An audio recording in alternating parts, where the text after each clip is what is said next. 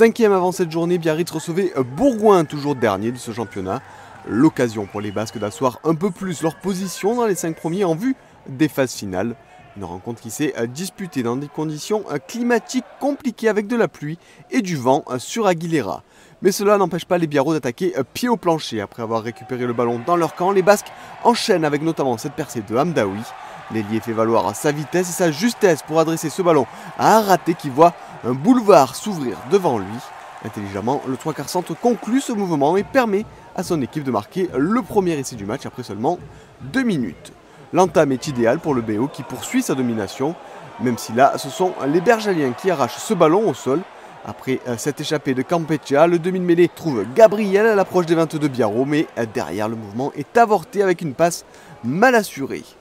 Le Bourris s'inscrit une pénalité qui permet à Biarritz de mener 8-0 et sur cette action, les Bergaliens vont à nouveau se faire surprendre. Sur ces 5 mètres, Michalet se fait contrer et c'est une nouvelle fois Alex Araté qui conclut pour le Biarritz Olympique. Le BO qui mène 15-0 après la transformation de Le Bourris. Les vagues biarrotes se succèdent sur la défense bergalienne.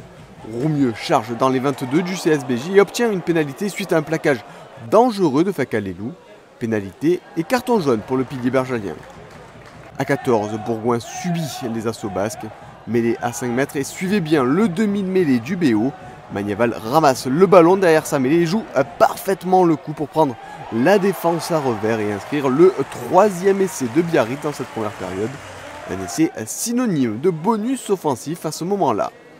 Et le BO mène même 22-0 après la transformation de Le Bourris. À la sirène, Campecha inscrit les premiers points de son équipe et à la pause, Biarritz mène 22-3 avec déjà 3 essais à la clé. Mais au retour des vestiaires, le scénario de la rencontre va totalement changer. Face au vent, les Biarros connaissent de grosses difficultés. Devant des Bergaliens loin de s'avouer vaincus. Le renouveau du CSBJ se concrétise avec cette touche à 5 mètres. Le ballon porté se structure, les Bergaliens prennent leur temps et avancent dans la défense biarrote. Le ballon est mené derrière la ligne et après discussion avec son assistant, M. Ramos accorde cet essai à Gabriel et c'est même transformé par Bouillot. Biarritz voit alors le bonus lui échapper et éprouve les pires difficultés dans cette seconde période et pour ne pas arranger leurs affaires, les Basques se retrouvent même à 14 après ce carton jaune. Le BO est toujours muet dans cette deuxième période jusqu'à la 78e minute. Les Biarros sont à 5 mètres de la ligne, les avants sont au travail, avantage en cours. Mais l'action se poursuit, Maxime Loucou revient petit côté, le décalage est fait pour Biarritz mais le ballon est touché, dévié par Silago qui coupe la transmission. En avant volontaire, la décision de M. Ramos est sans appel, carton jaune et essai de pénalité. Sous les poteaux, l'essai est transformé par le Bourris.